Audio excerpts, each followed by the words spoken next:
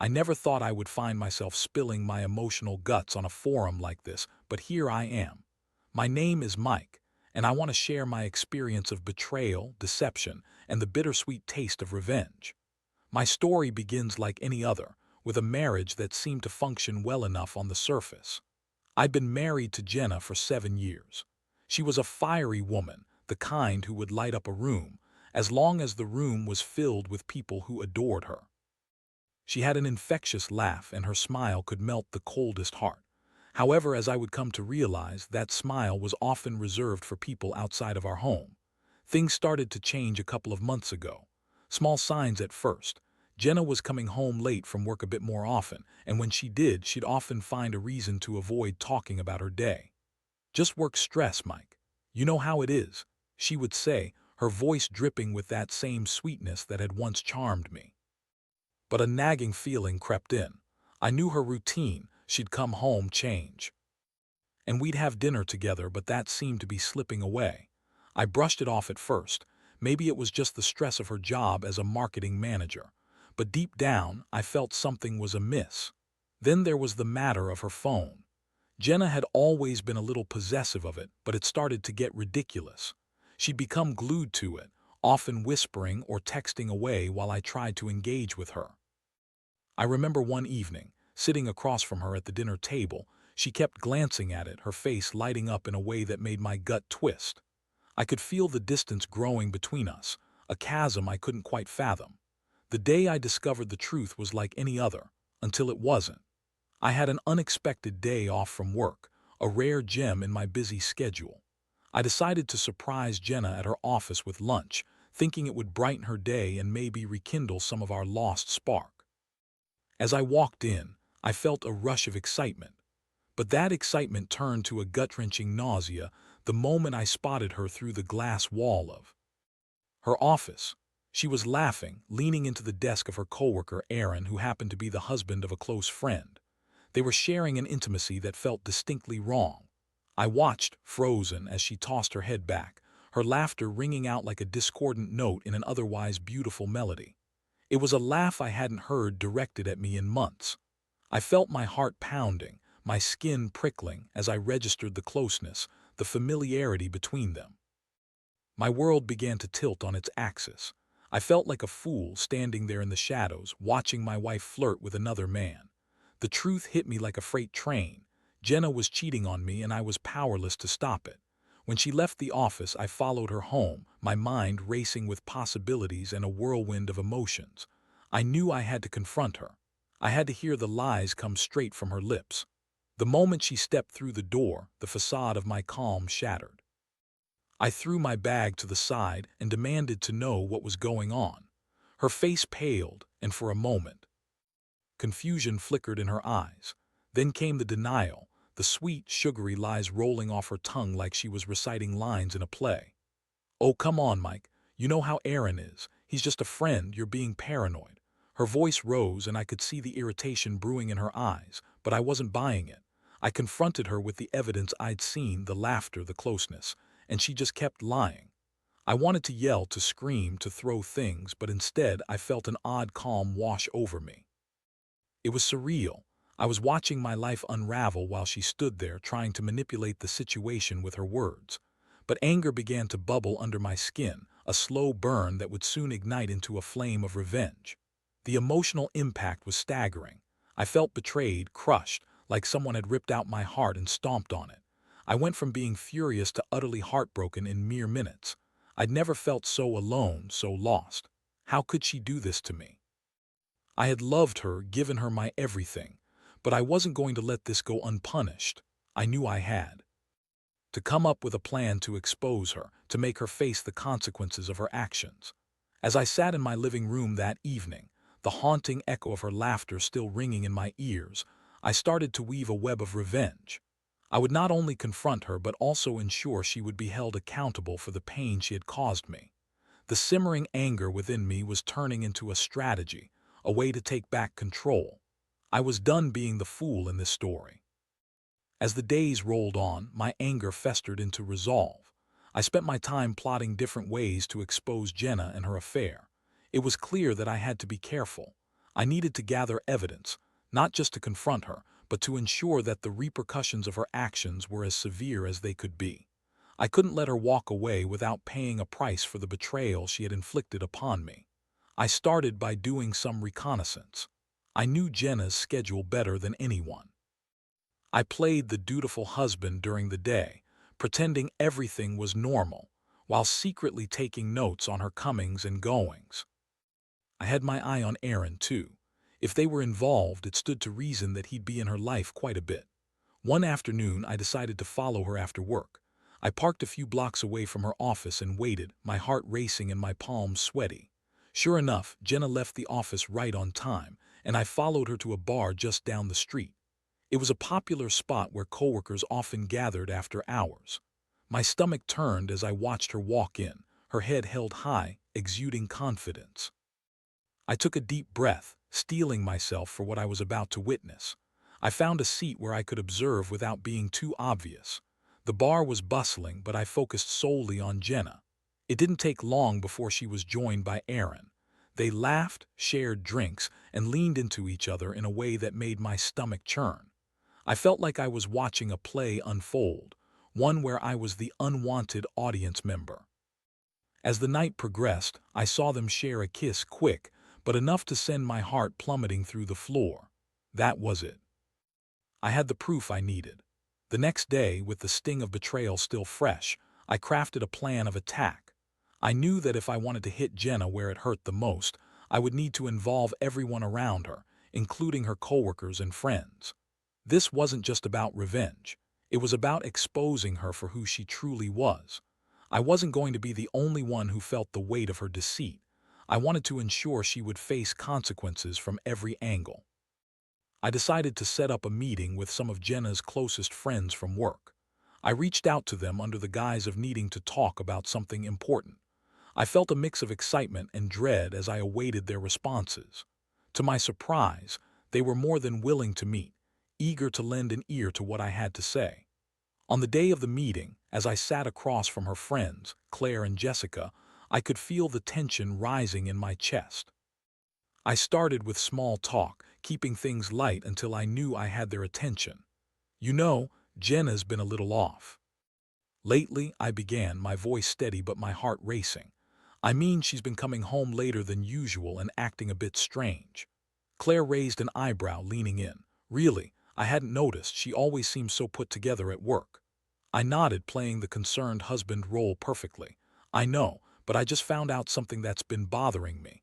I think Jenna might be seeing someone else." Their eyes widened, and I could see the wheels turning in their heads, processing my words. "What do you mean?" Jessica asked, her tone suddenly serious. I took a deep breath, ready to drop the bomb. "I followed her last night. She was at the bar with Aaron." The room went quiet as my words hung in the air, heavy with implications. "What? No way!" Claire exclaimed, disbelief etched across her face. I continued, sharing the details of what I witnessed, every kiss and laugh I had seen from my hidden vantage point. Their expressions morphed from shock to concern, and I could see the realization dawning on them. They cared for Jenna, but loyalty only stretched so far, especially when faced with undeniable evidence. By the end of our conversation, I had given them enough to think about. I encouraged them to talk to Jenna, to ask the hard questions. I wasn't trying to poison their minds, but felt it was essential to ensure she faced the truth of her actions. I left the meeting feeling a mix of satisfaction and guilt. It was a heavy burden to carry, but I felt it was necessary. In the days that followed, I could feel the tension building. I knew Jenna would eventually hear the rumors swirling around the office. It was only a matter of time before she confronted me. Each day, I put on my best mask, acting as though nothing was wrong. It was a strange game of cat and mouse. I was both anxious and exhilarated, waiting for the moment she would crack. When that moment finally came, it was almost anticlimactic. Jenna walked in one evening, her eyes narrowed and her lips pressed into a thin line. "We need to talk," she said, her tone icy. I feigned ignorance, leaning back in my chair. "What about?" "You know damn well what," she spat, her eyes glinting with anger. It was clear that someone had tipped her off, and I could see the gears turning in her mind. As we stood there, the air thick with tension, I realized this would be the moment I'd been waiting for, the moment I could finally confront her with the truth of her betrayal. Jenna stood before me, a whirlwind of anger and confusion. The tension in the room was palpable, and I could feel my heart pounding in my chest as I prepared for the confrontation I had both dreaded and anticipated. She crossed her arms, glaring at me as if I were the one who had betrayed her. I took a deep breath, ready to face her accusations head-on. "What do you mean? What about?" she snapped, her voice laced with frustration. "You know I've been hearing things around the office. Claire and Jessica said they talked to you, and now everyone's saying I'm cheating." Her words were sharp and accusatory, filled with indignation. I could see the defiance in her posture, the way she held herself as if she was prepared to fight back with everything she had. But this time, she wouldn't get away with it. "I'm not the one who's been sneaking around, Jenna," I said, my voice steady despite the whirlwind of emotions swirling within me. "I saw you with Aaron. You can deny it all you want, but the truth is out there. You kissed him. You shared laughter and intimacy. You made a choice to betray our marriage." Her expression shifted from anger to disbelief, and for a moment I thought she might crumble. But she quickly regained her composure, a flicker of rage igniting behind her eyes. "You think you can just come in here and start throwing accusations around? You followed me, that's pathetic, Mike." I felt a surge of anger at her dismissive attitude. "Pathetic? You're the one who's been lying to my face. You act like everything's fine while you're off with another man. Do you even care how this affects me, how it affects us?" "Stop it, you don't know anything," she shouted, her voice rising. "You're just being paranoid. It's just work, and I'm not some schoolgirl hiding a crush. You have no idea what kind of pressure I'm under." I couldn't believe what I was hearing. The lies were rolling off her tongue so easily, like she had rehearsed them in front of a mirror. "Pressure? Is that what you call it? What about the pressure I've been under, Jenna? The pressure of standing by you while you lie and betray me?" The anger in the room was electric. I could feel my emotions boiling over, but I forced myself to stay calm, to stick to the facts. "I saw you with him. I have proof. This isn't just my word against yours. You've turned our life into a lie, and I deserve better than that." For a moment her bravado faltered. She hesitated, the flicker of doubt extinguishing the fire in her eyes, but just as quickly her defenses went back up. "What do you want, Mike? Do you want to ruin my life? Do you want me to lose my job? What do you think this will accomplish?" I paused, weighing my words carefully. I didn't want to ruin her life. I wanted her to understand the weight of her actions. "I want you to face the consequences of what you've done. I want you to realize that your choices have real impacts, not just on you but on everyone around you." Her anger shifted to a semblance of vulnerability. "You don't have to do this," she said, her voice softening just a bit. "We can work through this. I can change." "Change?" I scoffed, disbelief flooding my system. "You've been lying to me for months, Jenna. What makes you think you can just flip a switch and everything will go back to normal? Trust is broken, and it doesn't come back just because you say it will." The conversation shifted back to her defensive stance, and we found ourselves at a standstill. The truth hung heavy between us, and I realized I was no longer trying to convince her of anything. I was ready to act. I had gathered enough information, and it was time to put my plan into action. After our confrontation, I began to feel a strange sense of clarity. I knew I had to let her colleagues know about her affair. I wanted the truth to come out, not just for my sake, but for hers as well. She needed to face the reality of what she had done. The next day, I reached out to a few of Jenna's coworkers who I knew had the ear of the management. I shared what I had seen and the evidence I had collected. I didn't want to come off as vengeful. I wanted to present it as a matter of workplace integrity. "It's not just about me," I explained. "It's about the culture of the office. This kind of behavior can't go unchecked." I watched as they absorbed my words, their expressions shifting from shock to concern. They knew Jenna and they cared about her, but they also understood the implications of her actions. I could feel the weight of the decision pressing on me. I was hurting her, yes, but I was also protecting myself and ensuring that the truth would prevail. Days passed, and I could see the ripple effects of my actions. Jenna's demeanor began to change. I noticed her becoming more distant, her laughter fading from our home. She was on edge, and I could sense the tension building within her. The whispers at work had reached her, and she knew something was coming. I dreaded the day I would have to see her confrontation with her boss play out. It was only a matter of time before the truth would be laid bare before everyone, before she had to confront the consequences of her choices. Finally, I received a call from Claire, one of her friends from work. "Mike, you need to come to the office," she said urgently. "There's been a meeting called and Jenna's in trouble. It's bad." My heart raced as I realized the moment I had been waiting for was finally here. "What do you mean?"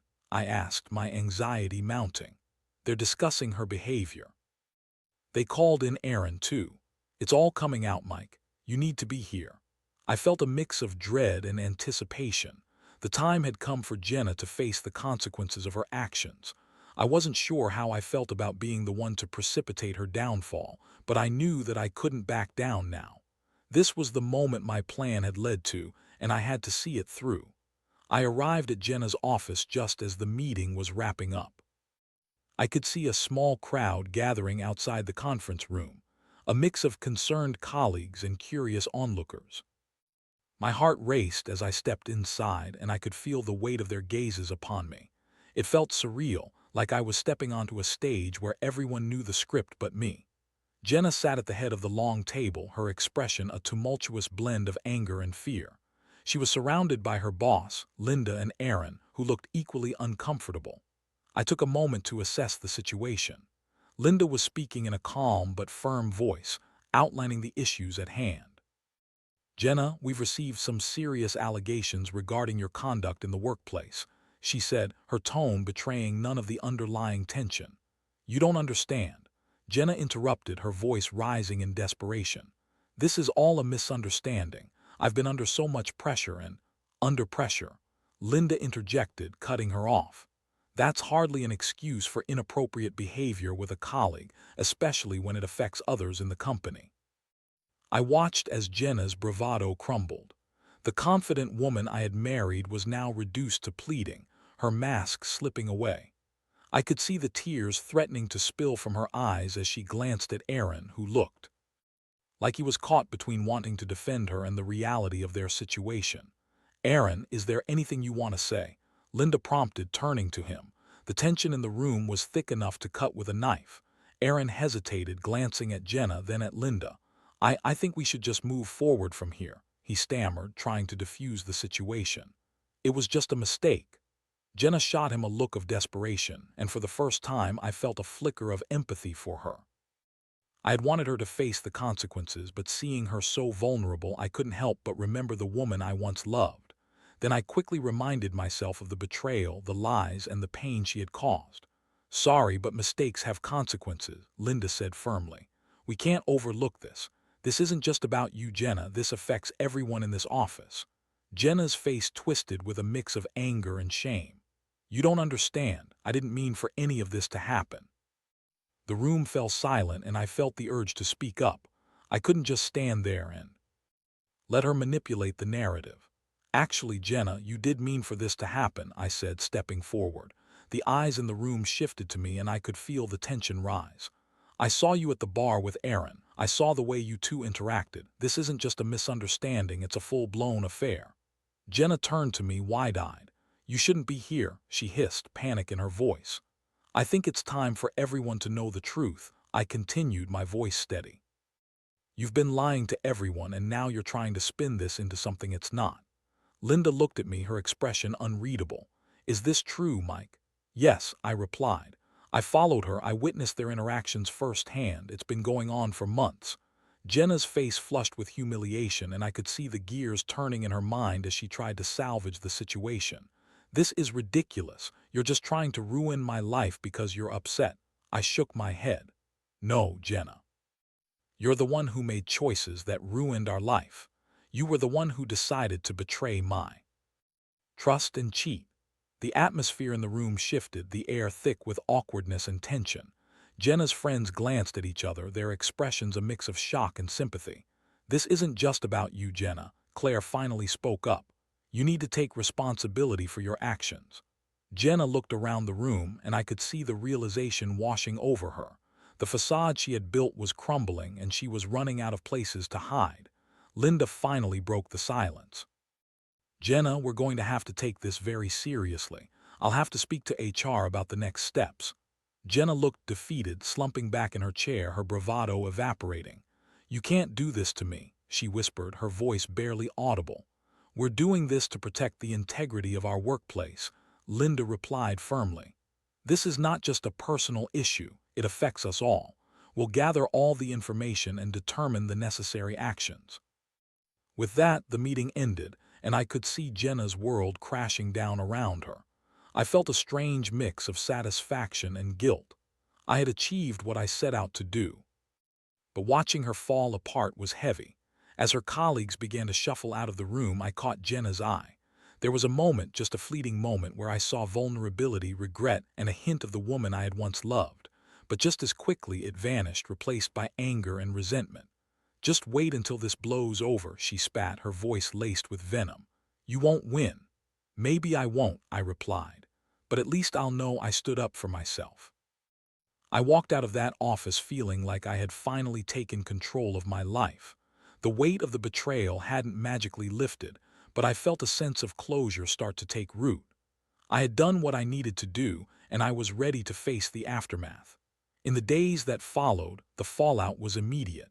Jenna's colleagues began to distance themselves from her, the whispers growing louder.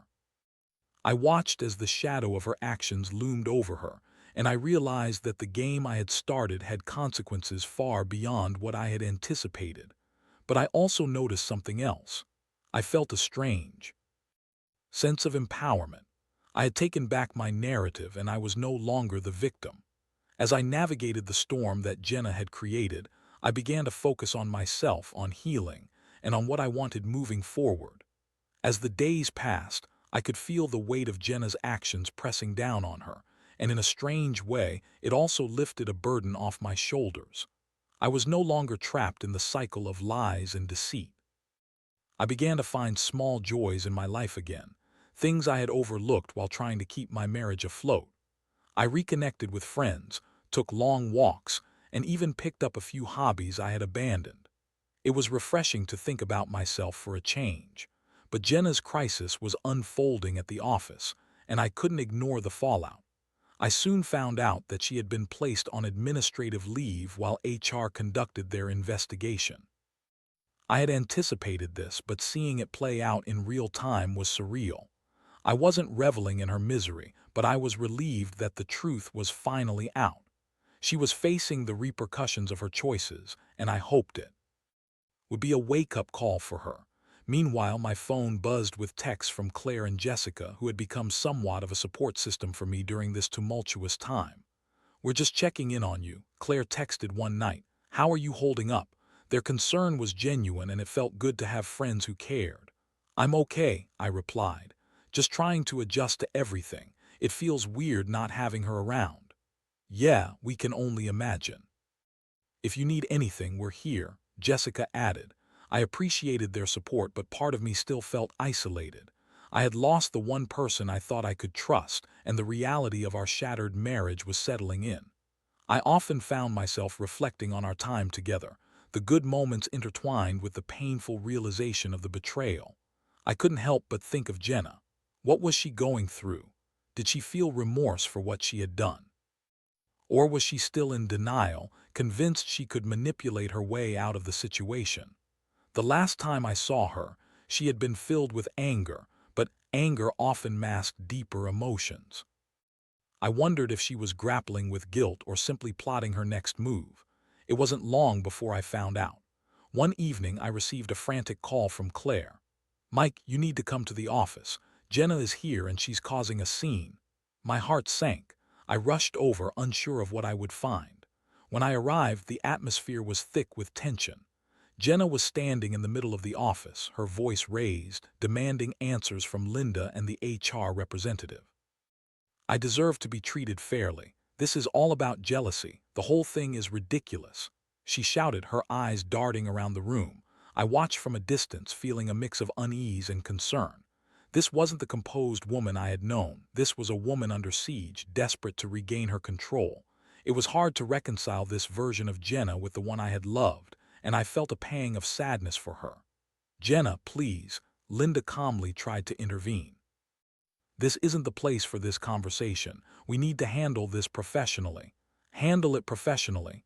Jenna scoffed, her voice dripping with sarcasm. This is about my life, my career. You think I'm just going to sit here and let you ruin me over some silly accusations? The scene was chaotic and I felt a strong urge to step in, but I hesitated. What could I say that would make a difference?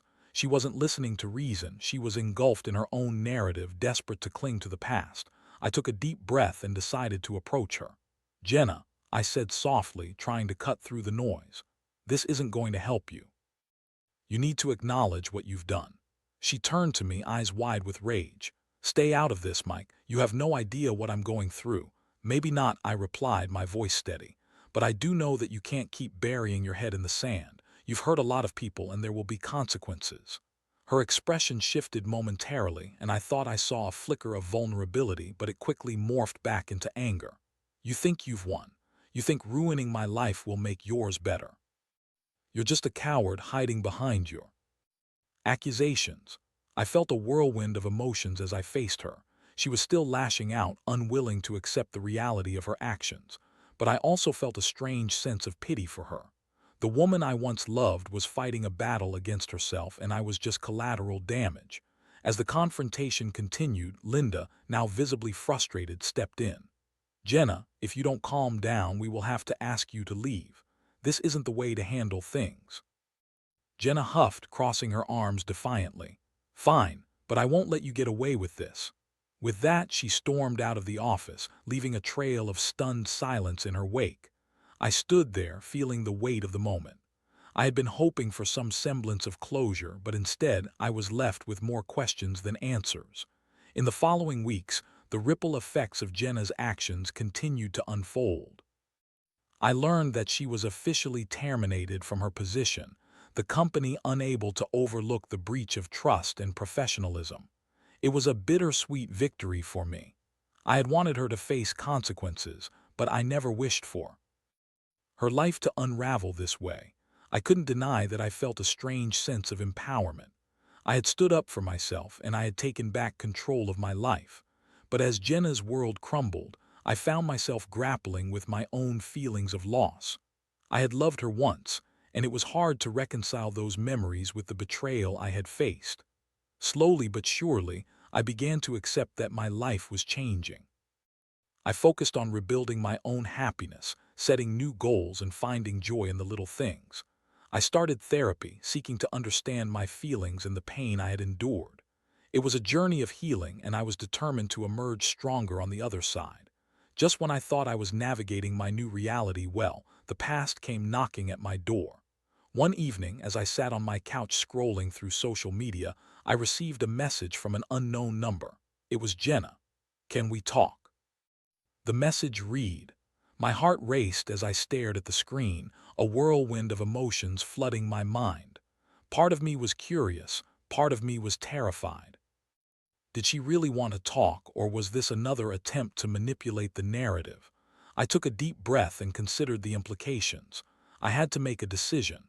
Should I allow her back into my life, even for a moment? I stared at the message, my heart racing with a mix of apprehension and curiosity. Jenna wanted to talk. After everything we had been through, part of me wanted to ignore her completely. But another part of me, the part that yearned for closure, felt compelled to at least hear her out. After a long internal debate, I decided to respond. I didn't want to leave anything unsaid, but I also wanted to protect myself. What do you want to talk about? I typed, my fingers trembling on the screen. A moment later, my phone dinged with her reply. Can we meet in person? I promise I'm not here to fight. I just need to explain myself. I contemplated her words, remembering the woman I had fallen in love with, the moments of joy we had shared, and the pain that had followed. I agreed to meet her at a coffee shop near her old office, a neutral ground where we wouldn't be interrupted. The day of our meeting arrived, and I felt a knot of anxiety twist in my stomach as I walked into the cafe. I spotted Jenna sitting at a corner table, her face pale and drawn. She looked different, almost fragile, and I couldn't help but feel a twinge of sympathy. Hey, I said, taking a seat across from her. Hey, she replied, her voice quiet. There was an awkward pause as we both took in the moment, the weight of our shared history hanging heavily in the air. "I didn't think you want to talk to me," she began, her eyes downcast. "I understand if you're still angry." "I am angry, Jenna," I said, allowing the truth to settle between us. "But I'm also trying to move on. Why did you reach out?" She took a deep breath, clearly gathering her thoughts. "I've had some time to think, time to reflect on everything that happened. I've realized a lot of things about myself, about our relationship. I came to apologize, Mike. I was wrong, and I know that now." I studied her face, searching for sincerity. "You hurt me deeply, Jenna. This isn't just about an apology. It feels like our entire relationship was a lie." "I know," she said, tears welling up in her eyes. "I was selfish and caught up in my own issues. I never meant to hurt you like this. I was so focused on my own problems that I didn't see how my actions affected you." Her vulnerability was palpable, and for the first time in a long time I felt a flicker of empathy. "That doesn't excuse what you did. You broke my trust." "I get that," she replied, her voice trembling. "I'm not asking you to forgive me right away. I just needed you to know that I see it now. I've lost everything, my job, my friends, my dignity, all because of my choices. I'm trying to find my way back, but I know it won't be easy." I took a moment to absorb her words. There was a part of me that wanted to hold onto the anger, to let it fuel my sense of justice. But there was also a part of me that understood the complexity of human emotions. People made mistakes, and sometimes those mistakes had far-reaching consequences. "I don't know what to say," I finally admitted. "It's hard for me to wrap my head around the fact that you're sitting here acknowledging everything." "I don't expect anything from you. I just wanted to be honest," she said, her voice steadying. "I'm trying to rebuild my life, Mike. I'm not asking for your forgiveness, but I hope you can at least see I'm trying to make things right." I nodded slowly, considering her words. Rebuilding takes time. It's not just something you can snap your fingers and make happen. Trust doesn't come back overnight. "I understand," Jenna replied, her gaze steady and earnest. "I just wanted you to know that I'm working on myself, and I regret the pain I caused you. I never wanted to be this person." As we talked, I felt a strange sense of closure begin to settle in. Jenna was still the woman I had once loved, a woman with flaws and mistakes, but also a woman capable of change. I didn't know if I could ever fully forgive her, or if we would ever return to any semblance of what we once had, but I did see a glimpse of hope for her future. "I can't promise you anything, Jenna. I'm not ready for that," I said, choosing my words carefully. "But I wish you well. I hope you find what you're looking for." "Thank you," she said, tears spilling down her cheeks. "That means a lot to me." We parted ways that day, and as I walked back to my car, I felt lighter. I had faced my past and confronted the woman who had shattered my heart. I wasn't sure what the future held for either of us, but I had taken a significant step toward healing. In the weeks that followed, I continued to focus on myself. I surrounded myself with supportive friends, and I poured my energy into work and new hobbies. The pain of betrayal was still there, but it was no longer the dominant force in my life. I was learning to let go, to forgive, not for Jenna's sake, but for my own. Jenna was working on rebuilding her life, and I genuinely hoped she found her way. While our paths had diverged, I understood that life was about growth and learning from our mistakes. I had been hurt, but I didn't want that hurt to define me. Instead, it would fuel my determination to forge a new future, one where I could find happiness on my own terms. As I moved forward, I made a promise to myself to never again settle for anything less than the love and respect I deserved. I had learned valuable lessons about trust, betrayal, and the resilience of the human spirit. Life had thrown me a curveball, but I was ready to embrace whatever came next, with an open heart and a renewed sense of self.